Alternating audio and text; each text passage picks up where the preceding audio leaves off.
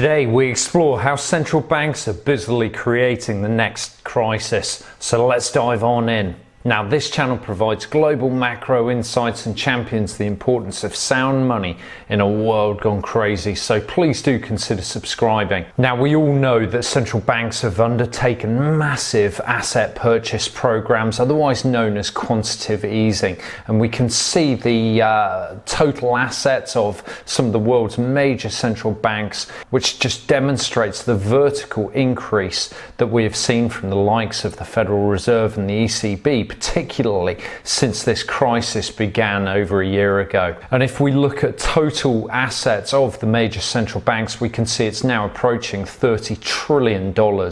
Now, this quantitative easing and the creation of the currency that it generates acts as a means of financial repression. The central bank acquires the safest, most liquid assets on the market, which typically are treasury bills in the US, and other government bonds.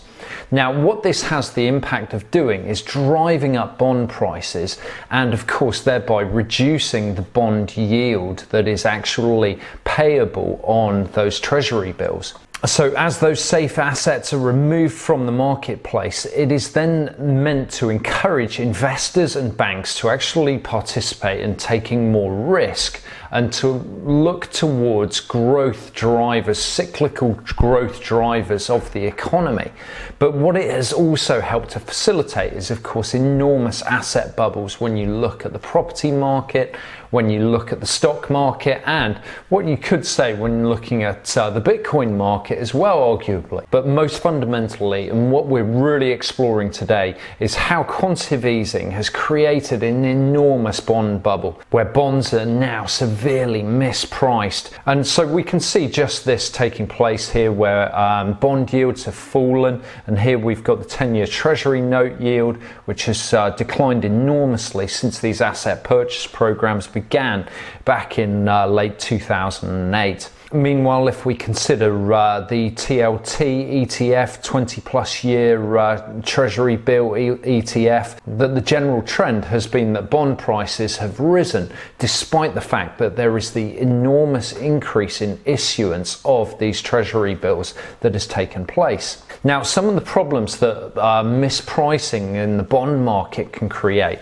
are that the key inflation signal, i.e. yields, is mispriced. So we do not necessarily actually understand the inflation expectations because there is no market-based yield. Now, some of the key issues with problems of mispricing in the bond markets and the enormous distortion that central banks have caused within the bond markets is that the key inflation signal, that is interest rates, the yield payable on the government bonds, is mispriced. But it also misprices the solvency risk of the country that is issuing those bonds. And so a traditional bond market should really act as a signal to investors to tell us about inflation expectations and also to tell us about sovereign currency risks. But the bond market is now doing neither.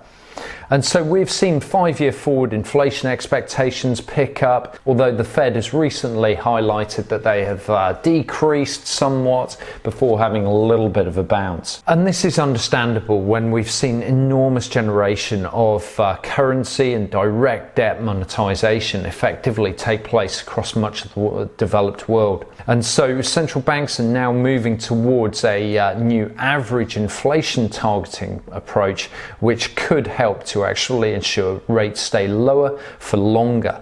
And Jerome Powell has previously pledged that interest rates, the Fed funds rate, will not increase until 2023 at the earliest. But this repression of interest rates can create a new crisis, as a sudden change in inflation expectations can cause a bond sell-off similar to what we have recently seen. And these inflation expectations have picked up recently due to two big factors. One is the size of the fiscal stimulus that is coming through, and the second is the fact that economies are now beginning to open up, and that may then enable the velocity of circulation to really increase. And so how are central banks likely to respond? Well, the most obvious way is through yield curve control. Yield curve control, as we can see, is already taking place in Australia under the Reserve Bank of Australia, where they are targeting a set interest rate, as we can see here. So they are stating that targeting a risk-free interest rate further out along the yield curve to help lower funding costs across the economy.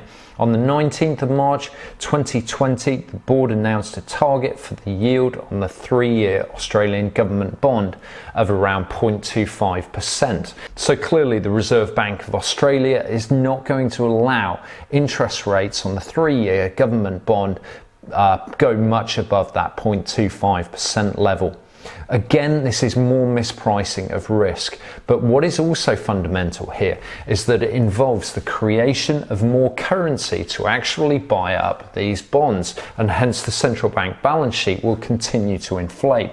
As Richard Werner points out here, the ECB thinks its credibility will rise if it reacts to the inflation and higher yields that it caused by its money printing, by printing more money and buying more bonds to try to push down yields. Now, of course, this then feeds further inflation expectations as well.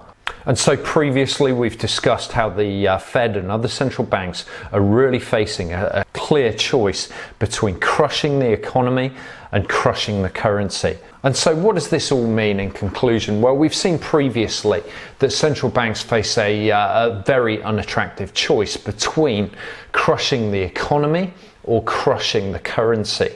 And what we've also seen is that quantitative easing and consequent financial repression create more risk. What's more is that when there is a sell-off of bonds in the face of rising inflation expectations, then it does mean that the cost of servicing that debt grows enormously. And so this poses further solvency risks. And the central bank policy response is to create more currency, which then reinforces inflation expectations. Now, recently prices have changed in the bond market more than the facts themselves, because we are still not, however, seeing big changes in the Fed's preferred measure of inflation, which is of course the CPI index. But I don't doubt that we are going to see a big change in inflation ahead. But will it ever be picked up in the CPI? Well, that's another question. For now, it seems that biflation continues to be the most logical way forward. Now, thanks so much for watching. Do consider subscribing to my monthly free newsletter down below, and I look forward to seeing you next time. Bye-bye.